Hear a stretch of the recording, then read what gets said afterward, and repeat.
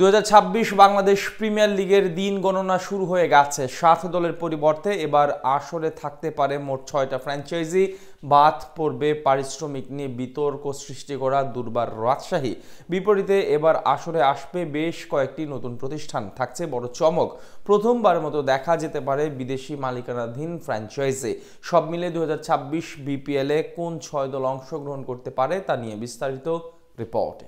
2026 সালে বিপিএল এর বাকি আছে আরও প্রায় 4 মাস, কিন্তু এর মধ্যে টুর্নামেন্ট নিয়ে পুরোদমে তোড়জোড় শুরু করে দিয়েছে বাংলাদেশ ক্রিকেট বোর্ড। টুর্নামেন্টটিকে আরও বেশি জমকালো করতে এবার আগেভাগে পরিকল্পনা শুরু করেছে সংশ্লিষ্টরা, যেখানে সবচেয়ে বড় প্রশ্ন ফ্র্যাঞ্চাইজি মালিক নিয়ে। গত আসরে মাঠে খেলায় টানটান উত্তেজনা থাকলেও 22 গজের বাইরে ছিল বেশ কয়েকটি বিতর্ক।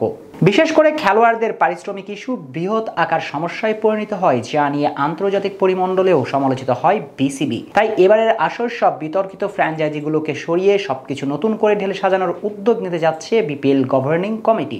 একসময় জনপ্রিয়তার দিক থেকে দুনিয়ার সেরা ফ্র্যাঞ্চাইজি টুর্নামেন্ট আইপিএল এর পরই আলোচনায় থাকতো বাংলাদেশ প্রিমিয়ার লিগ, কিন্তু ধীরে ধীরে যেমন আরো অনেক টুর্নামেন্টের আবির্ভাব হয়েছে, তেমনি পিছিয়ে পড়তে থাকে বিপিএল এর মান। তাই এর পুরনো জৌলুস ফিরিয়ে দিতে প্রথমবারের মতো বিদেশি মালিকানাধীন প্রতিষ্ঠানকেও দলে নেওয়ার সুযোগ দিতে যাচ্ছে বিসিবি।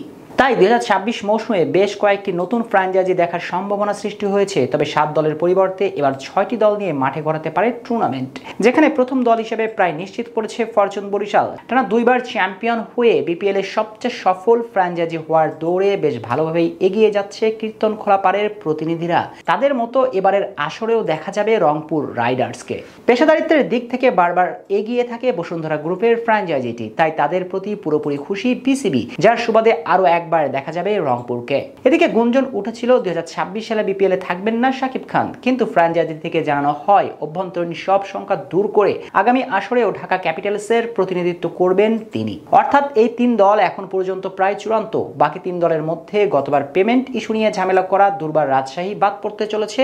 তাদের মতোই ঝুঁকিতে আছে চিটাগাং কিংসের নাম। তারাও একই কারণে কয়েকবার হেডলাইনে এসেছিল। শোনা যাচ্ছে পরবর্তী আসরে তাদের জায়গায় বৃহত্তর চট্টগ্রাম বিভাগের প্রতিনিধি করতে আগ্রহ প্রকাশ করছে বাংলাদেশি বংশোদ্ভূত মালিকানায় পরিচালিত বাংলা টাইগার্স ফ্র্যাঞ্চাইজি। যদিও এ বিষয়ে এখন পর্যন্ত আনুষ্ঠানিক সিদ্ধান্ত জানায়নি বিসিবি। এদিকে নতুন কোনো প্রতিষ্ঠানের হাতে দায়িত্ব উঠতে পারে সিলেট স্ট্রাইকার্সের। তবে শঙ্কা আছে খুলনা টাইগার্সকে নিয়ে। গুঞ্জন আছে এবারের আসরে তারা অংশগ্রহণ নাও করতে পারে। এর মাঝে জানা গিয়েছে বেশ কয়েকটি নতুন প্রতিষ্ঠান কুমিল্লা অঞ্চল থেকে বিপিএল এ অংশগ্রহণ করতে চায়। যদি সেটাই সত্য হয়, তাহলে সিলেট বা খুলনা বিভাগ বাদ পড়তে পারে আগামী মৌসুমে।